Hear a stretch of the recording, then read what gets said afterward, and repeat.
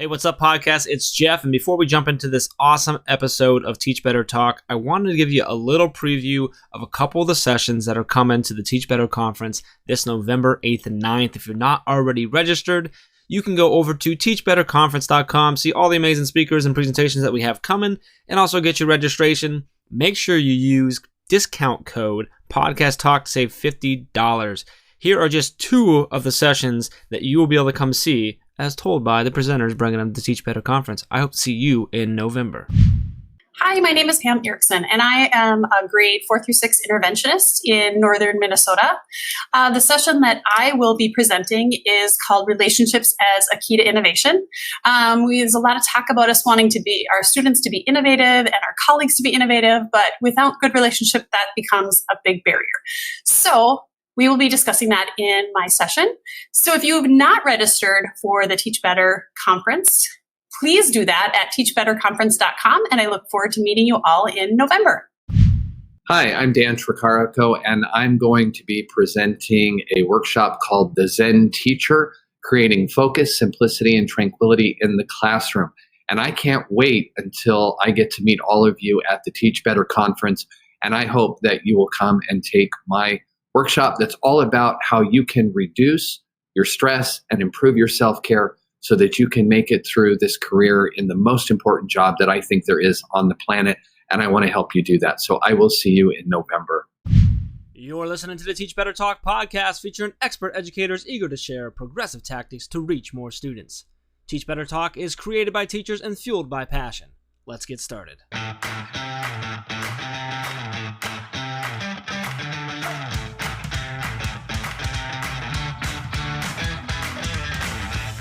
Hey everyone, welcome to episode 109 of Teach Better Talk. I'm Ray Hewart, and as always, I'm with my bestest friend in the whole wide world, Mr. Jeff Carga. Why did that sound so disingenuous? What do you mean disingenuous? This was the most genuine introduction I've ever provided you. Okay, but let's replay that, because you're like, hey, welcome to episode 109, and then you went, with my bestest friend in the world, Jeff, and you went this other little voice, like your total fake voice. Don't think I don't know that. It was my smiley, girly voice. I'm so excited to announce my best friend's title voice. Okay, my bad. I guess I've never, ever heard you do that voice before, so I got a little confused and a little weary. I was just so overwhelmed with joy to introduce you. I couldn't help it. You're so full of it, it hurts. You know what I'm not full of? What are you not full of? I was going to make a bad joke like you, but I'm not going to go that way. Never mind. Do it. Wait, but then people are going to think that I'm like learning from you or something, and that's not true. Ray, all we can ever hope is that you're learning from me every day. Oh, no, I was going to say, you know what I'm not full of? I'm full of excitement about our network that's been so wonderful the past few weeks. I was going to spin that. You said you were not full, but you don't even know how to do you do bad jokes badly. Jeff, can we restart the episode? I'll start again with my bestest friend, Jeff Cargas. All right, ready? And 3, 2, 1, go. Hey everyone, guess what? We're again in episode 109. So I don't know what number it is. And I'm here with my bestest friend, Mr. Jeff Gargas. How are you, Jeff? Ray, I'm fantastic. You're my bestest friend in the whole wide world as well. I'm super excited to be here on Teach Better Talk with you. Thanks for having me. You know, Jeff, I really want to talk about our network. Would you mind talking about the amazing people? That would be so much better than the last 2 minutes of this thing. So here's the deal, Jeff. I know a lot of people, all of our listeners probably know that you and I met via Twitter. And that was kind of a surreal story. We're not going to dive into all of that now, but it really was one of the powerful moments in my career where I really saw the power of a PLN, like a personal learning network or a professional learning network, where I've really met incredible educators through, Facebook, Twitter, Instagram, all those things. But it kind of hit me this episode when we interviewed George, who I know we're going to introduce a little later, how much our network really is impacted by the things that we do, and I'm impacted by the things they do. Yeah, and George was a really great example of that, because he talks about how it was me actually reaching out to him and asking him to come on the podcast that made him aware of us as a team, as people, and as a podcast. And then he shares like what that's led to, and that, he really is, he's a fan. Some of the listens to that episode, he always shares it on Twitter. He's so awesome. He's constantly sharing out and saying nice words, and we've always appreciated that. But the fact that that's like genuine. He's not just doing that to help. Like, he truly believes in what the people, the stories that are being shared on this show. And so, yeah, like people like that, they're the lifeblood of why we do things. Or why we continue to do all that we can do, because people like that, when we feel that, like, that connection, like, there's nothing like it. I love this episode because of that. Well, and I feel like we've gotten a wave of it recently. Obviously, it's a very busy month for us with the book that just came out and with the conference coming up, with the Teach Better conference November 8th and 9th. We've kind of gotten this wave effect of, people reaching out either because they bought the book or they registered for the conference or they saw the conference lineup, and they're reaching out to share their thoughts or excitement or happiness in that regard. And sometimes it's people that I never even knew I was connected to until they chose to, kind of reach out to us. I'm sure you have that all the time, where you get a direct message from somebody that you weren't following on Twitter or you weren't connected with on Instagram, and they're telling you about how they've done something within the Teach Better family, and it's, positively impacted their classroom. And today, I literally was sitting in a professional development session today.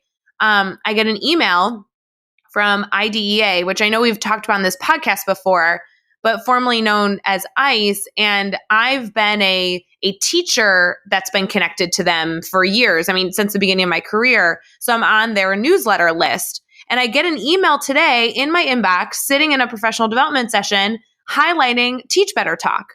And I'm like, dude, that was cool and random. Like, I really love when our network kind of like shows us all the connections we have. That's super cool. That's awesome to see randomly in your email inbox. I had also an awesome email today from a former guest on our podcast who thanked us because his Twitter following has doubled in the month since he was on our show, which was super cool and excited for that. But I also want to mention, so you talked about like getting these messages and finding out from people that we didn't necessarily know you were connected with.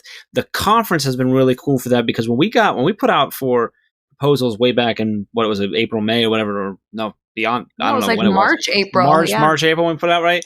We had this massive, we got way more submissions than we thought we were going to for sessions, which made our job really hard, which is awesome. But the people like that, I didn't even know, there were so many, we have so many amazing speakers coming that I didn't realize that were connected to us, that we're now like really connected to because they're coming to present on our conference. That it's such a cool thing. Like that, it's just building the PLN is so amazing. And now the support and the love we've gotten with the book release and everything, and people sharing out pictures of themselves with the book and their favorite quotes and all this stuff.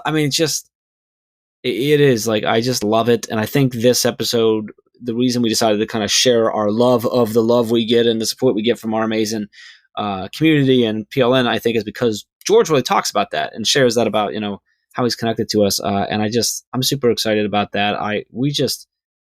I speak for both Ray and I and Chad and Tiff and the entire team about the fact that we just can't thank you enough. If you are listening to this right now, you are our lifeblood. We love you to death. We just appreciate you a whole lot. So thanks for bringing that up, Ray. That was a really good way to start this, I think. We started really badly for the first 2 minutes, but the last 2 minutes has been really good, I think. So good job on that. It's all about growth. It's all about, trying to, do better each and every moment of the day. That was our better. You know what? It is. And I love that you said that, because George actually, I don't know if you realize you just did that. George shares that and does a really cool story about that. So let's get into the episode. Let's talk about that. So Jorge Valenzuela is both the lead educational coach at Lifelong Learn and Define, and he's also an adjunct professor at Old Dominion University. He's also a national faculty of PBL Works, and he's a lead educator for Little Bits. So George does a lot of stuff, but he travels all over the country, working with schools and teachers and districts on PBL and STEM, on computer science. He meets with and speaks with and consults with representatives, state representatives, and government representatives all around the country, helping them to share what educators want, what educators need, what the education world needs. It's just super awesome guy that I'm so glad we connected with. He goes into a lot of really cool stories in this. He shares about his new book coming out with ISTE and sort of how that came along, and I love how that came along. There's a extremely powerful message in his story about how the book happened.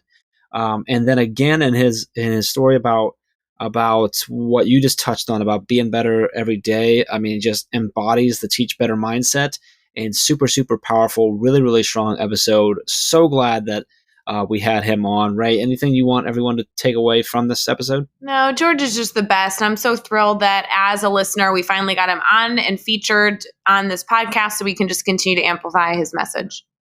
All right, with that, let's get into episode 109 with Jorge Valenzuela. Hey everyone, it's Ray. We're going to get right back to the episode, but I want to share something special for my Illinois teachers that are listening to Teach Better Talk.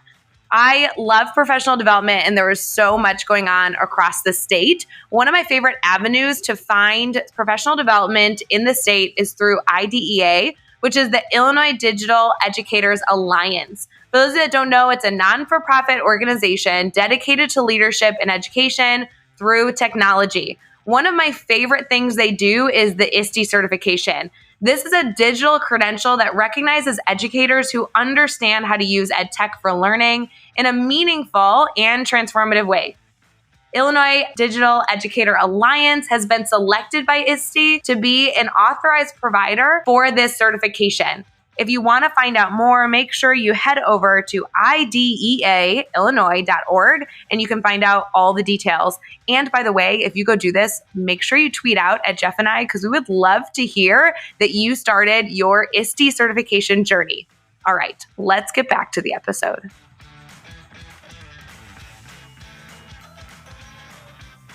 All right, we are here. We are talking with Jorge Valenzuela. And George, it is so awesome to have you on the podcast. I know that you are a listener because you just talked to us about it, and we so appreciate that.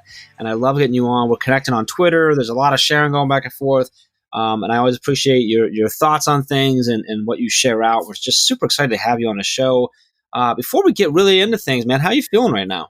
Man, I'm feeling super duper excited that I'm on the show. You know, as you both know, I am a big fan, and every week I listen and I tweet you guys out and I tag like my whole PLN and make sure that everyone knows how awesome you are.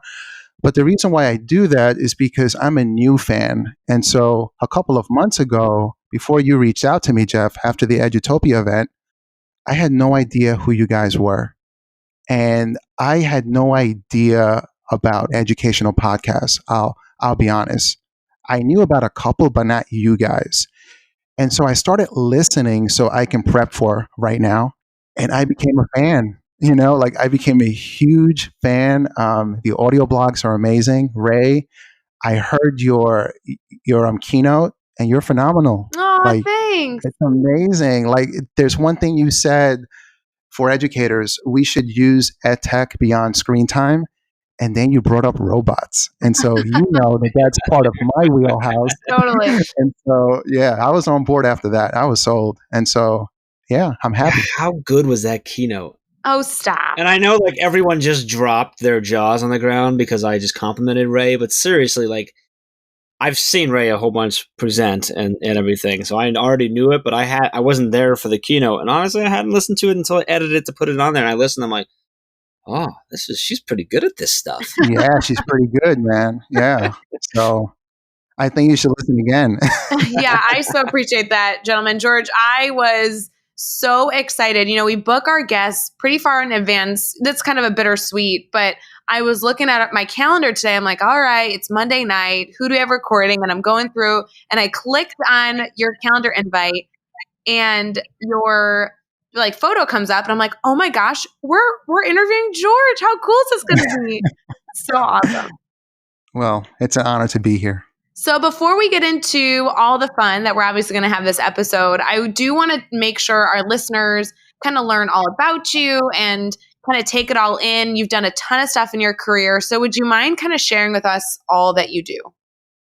Okay, so I would describe myself as an educational coach. And that's because I coach a variety of educators that range from assistant superintendents, from directors, principals, teachers, and students. And in that capacity, I'm working on 5 major things.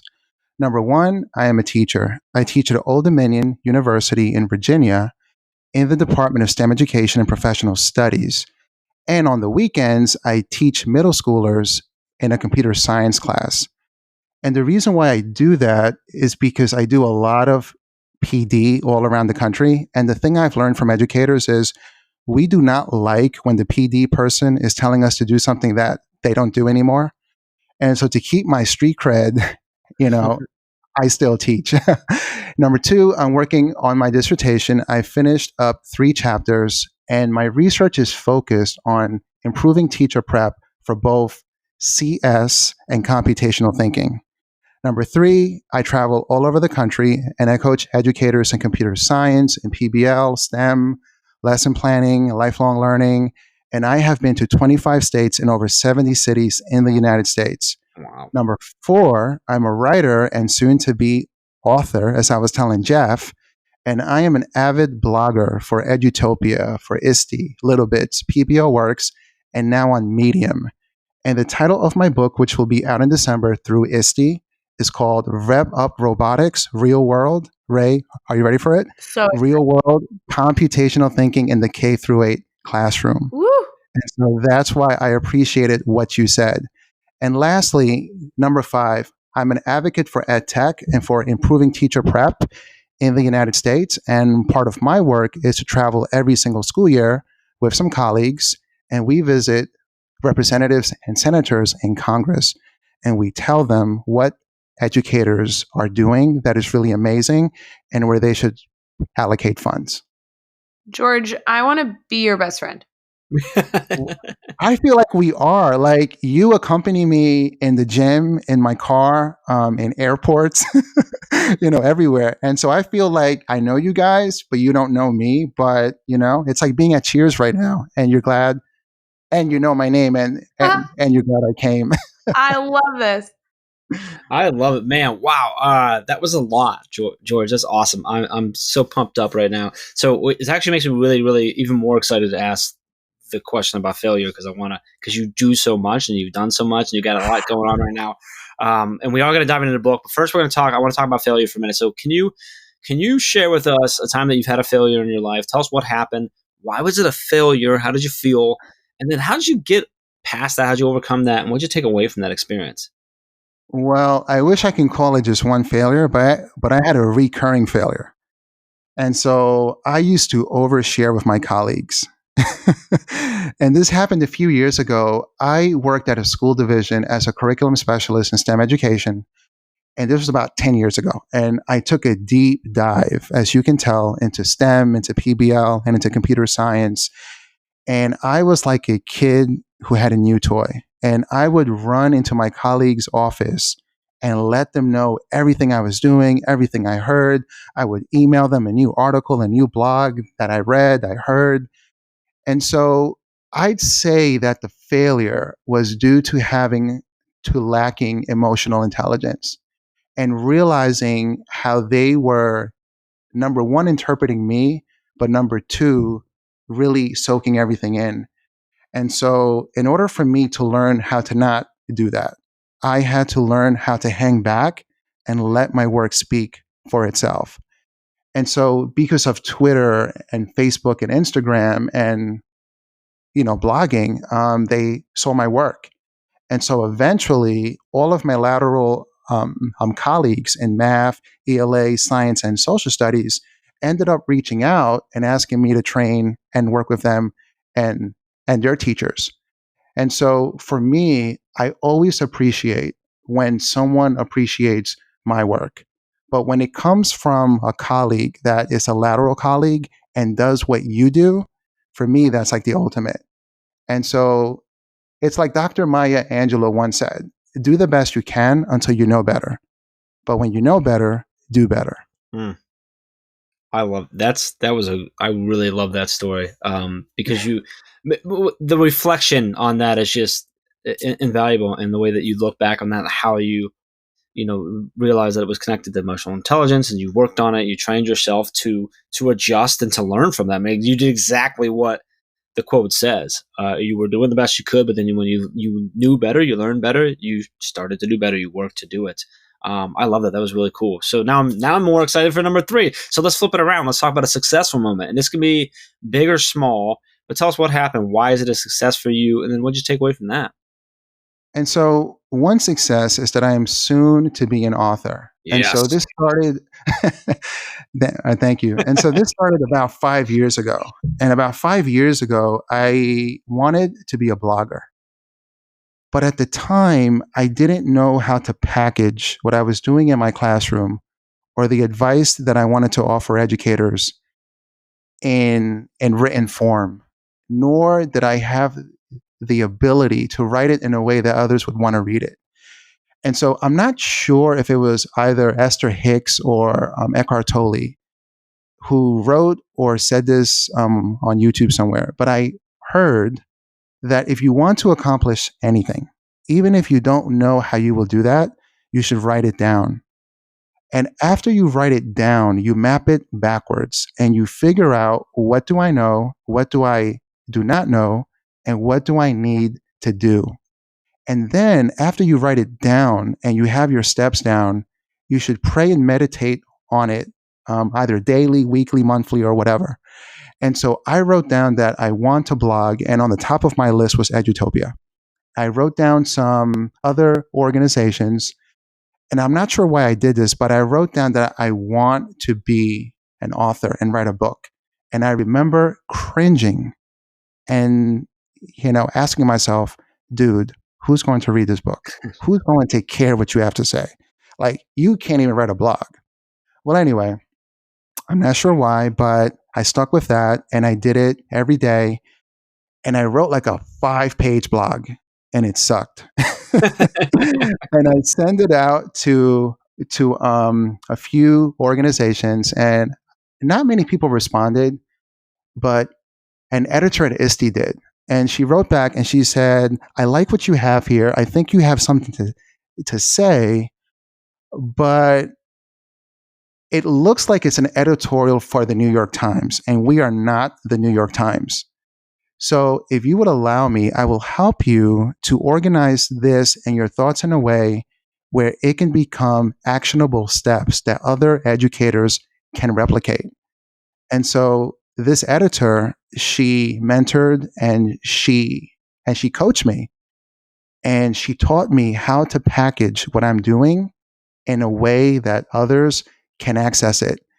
And if you Google my name right now, and I'd say keyword education, you'll find a bunch of blogs now. And I'd say that if it weren't for her, the book would not be possible, because eventually other editors saw all the blogs and said, hey, we think that you would be the right person to write this book. And so that's how it started. We started about a year ago, and that went through several iterations. And right now we are doing our final edits, and it'll be out in December through ISTE. Amazing. That's so exciting. Thank you so much. And I'm saying this because I know that there's other educators that, have goals, that have things that they want to do. And I think I hear Jeff always say this, that he's failed a lot more times than he succeeded, right? Mm-hmm. And so the thing that I've seen is that failures, lots of failures equate to small successes. But when you have a lot of little successes, eventually they lead to bigger successes. Just last week, I had a blog featured on USA Today. That was crazy. Yeah, it's crazy. I would have never even thought of that. And it happened. And so, one little thing you do, it can lead to other things. And I think if we can, I don't think these stories are meant for us. They're meant for other people.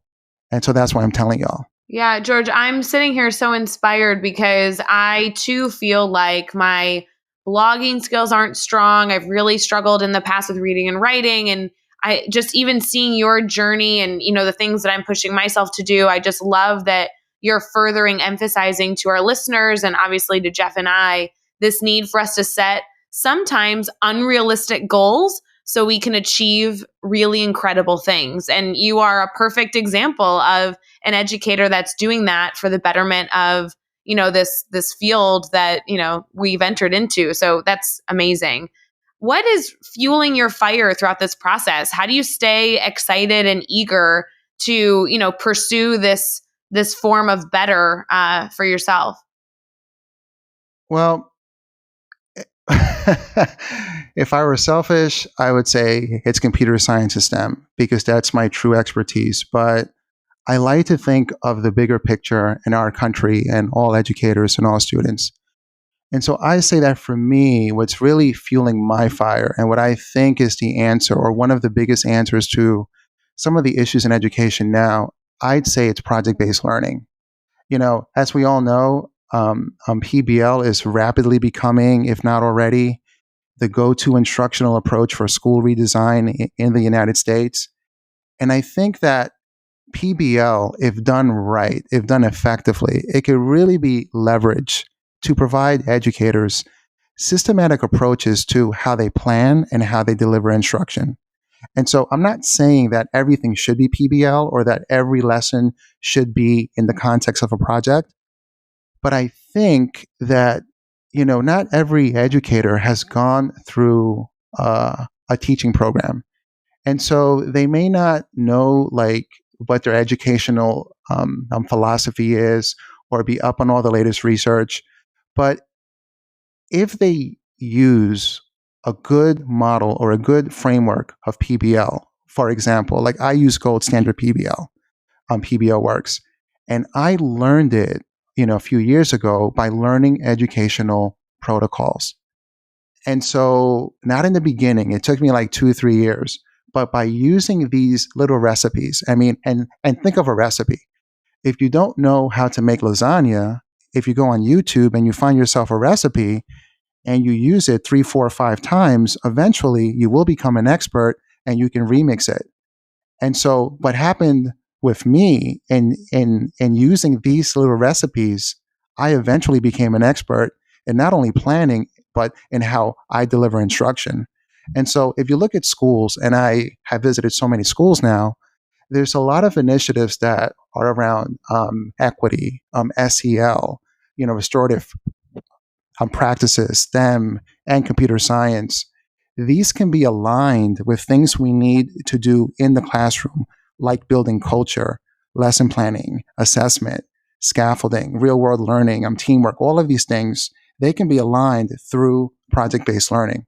And so I'd say it's a perfect, well, nothing is perfect, but I want to call it near perfect instructional approach that either a school or a team of teachers can use for bridging their content and creating common practice, which is what I think our kids need educators that have the same practice or a similar practice.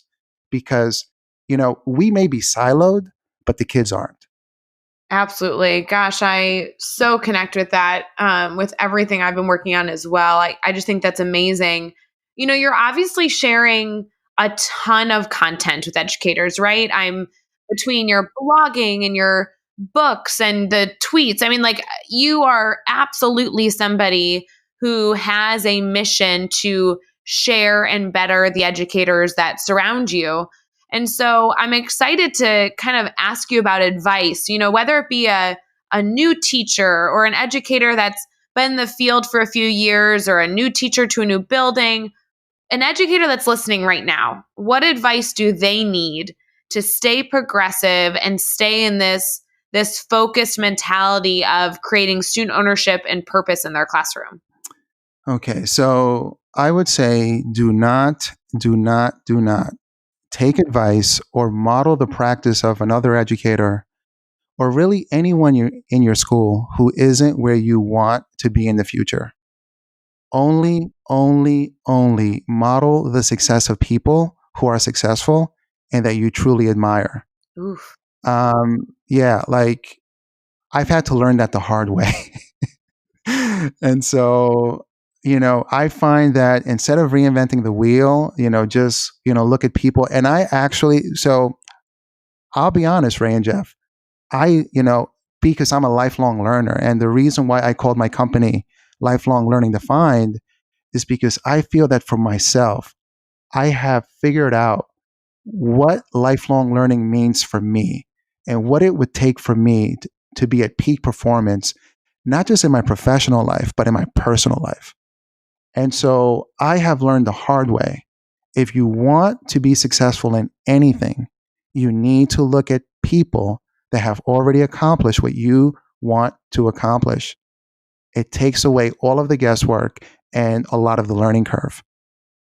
And, if you'd like, I actually wrote down 7 quick tips that I think that, any newbie, if they took half of this, I think they'll be fine. If you want to. Yeah, let's do that. I'm not going to say All right. 7 quick tips. Yeah, just quick tips. And these are things that I've incorporated into my practice. And, all of the people in my PLN, we reflect and rehearse these things. So number 1, form good relationships with others. Number 2, know your educational philosophy. Number 3, understand the theoretical frameworks that inform how you plan and teach. Number 4, use educational protocols. Number 5, and Ray, I know that you're going to love this one, use learning targets. Yes. Number 6, write your own lesson plans. And if you don't know how, learn how to. Oh, I love that one. I love that one. And lastly, take breaks. And on those breaks, do what you love to do, because happiness will only come from within when we do what we love.